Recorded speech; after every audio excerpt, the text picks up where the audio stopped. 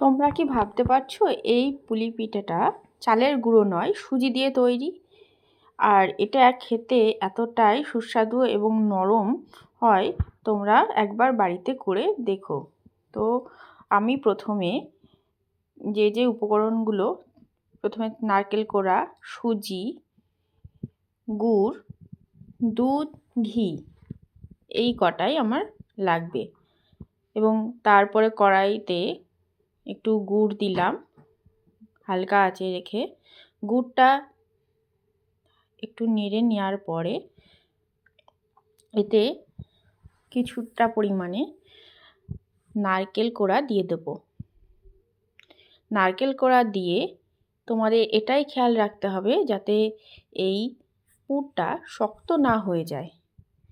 এই নারকেল কোড়াটা ভালো করে গুড়ের সাথে মিক্স করে নেব, হালকা আঁচে রেখে ভালো করে নাড়াচাড়া করে নেব যাতে একটুও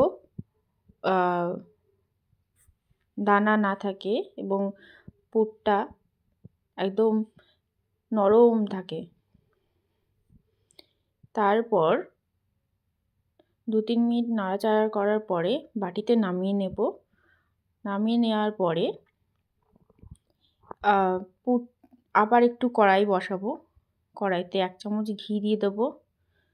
ঘি দিয়ে এর মধ্যে সুজি দিয়ে দেবো। আঁচটা আমি হালকাই রাখবো। সুজি দেওয়ার পরে 2-3 মিনিট নাড়াচাড়া করে নেব যাতে সুজিটা একটু হালকা ভাজা হয়। ঘিয়ের মধ্যে ভালো করে মিক্স করে নেব। এটা তোমাদের খেয়াল রাখতে হবে যাতে ভালো করে মিক্স হয়। মিক্স না হলে ডোটা খুব একটা ভালো হবে না। তো মিক্স করে নিয়ে এতে আমি একটু দুধ ঢেলে নেব। তোমরা যদি একটু বেশি পরিমাণে বানাতে চাও তো 1 বাটির চেয়ে একটু বেশি পরিমাণে সুজি দিতে পারো। আমি যেহেতু অল্প পরিমাণে বানাবো তাই আমি 1 বাটি সুজি দিয়েছি। আর এতে 1 বাটির মতন দুধও দিলাম। দুধটা দিয়ে ভালো করে সুজিটাকে মিক্স করতে হবে যাতে একটু শক্ত বা দলা না পাকায়। তো ভালো করে মিক্স করে নিচ্ছি। মিক্স করে নিয়ে নাড়াচাড়া করে নিচ্ছি ভালো করে। মিক্স করে নেবার পর এবার আঁচটা একটু বাড়িয়ে দেব যাতে আমার ডোটা তাড়াতাড়ি হয়ে যায়। দুধটা যাতে সুজির মধ্যে পুরো মিক্স হয়ে শুকিয়ে যায় এবং ভালো করে মিক্স করার পরে গরম অবস্থায় নামিয়ে নিয়ে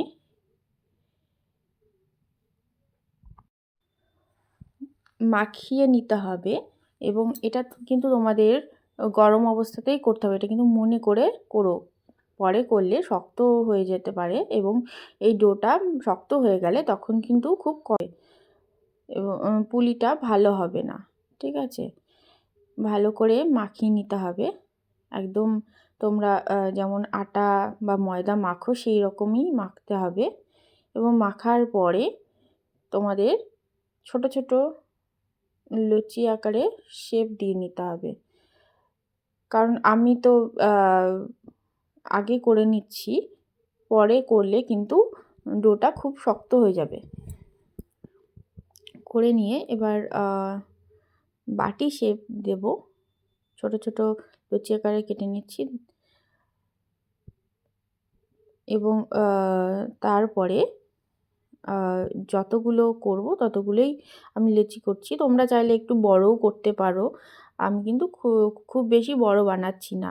বেশি বড় বানালেই দেখতে ভালো লাগবে না। ছোট ছোট করছি। এর মধ্যে পুরটা দিয়ে ভালো করে মুখটাকে বন্ধ করে দেব, না হলে দুধে দেওয়া মাত্রই না ফেটে যেতে পারে। সেই কারণে ভালো করে মুখটা বন্ধ করে দিতে হবে। এটা কিন্তু খেয়াল করে করতে হবে। যদি একটু মিস্টেক হয় তাহলে পুলিগুলো দুধে দেওয়া মাত্রই ফেটে যাবে এবং সেটা আর খেতে ভালো লাগবে না অতটাই। এইভাবে বানাতে পারো বা তোমরা যেরকম শেপে পারো সেইভাবে বানাতে পারো। এইভাবে আমার কাছে সহজ মনে হয়েছে, তাই আমি এভাবেই করে নিচ্ছি। এরকম আরও অনেক কটা তৈরি করে নেব এবং করার পরে দুধটি দিয়ে দেব হালকা আঁচে। ওর মধ্যে তেজপাতা, এলাচ দিয়ে দেবো। তোমরা চাইলে নাও দিতে পারো। আমি একটু দুধের মধ্যে একটু গুড় অ্যাড করব। অ্যাড করে ভালো করে ফুটিয়ে নেব। ফুটানো হয়ে গেলে একটু একটা করে পুলিগুলো দিয়ে দেব এবং দিয়ে তারপর একটু ঢেকে দেব। বেশিক্ষণ ঢাকবো না, কারণ বেশিক্ষণ ঢাকলে দুধটা ফেটে যেতে পারে এবং দুধটা ফেটে গেলে মানে ছানা আকার হয়ে যাবে। তো তারপরে এবার নামিয়ে নেব। আর এই ভিডিওটা যদি ভালো লাগে লাইক অ্যান্ড সাবস্ক্রাইব করো, বেশি বেশি করে কমেন্ট করো। আর এই পুলিটা বানিয়ে আমাকে জানিও যে কেমন লেগেছে তোমাদের। টাটা, বাই বাই আজকের মতো।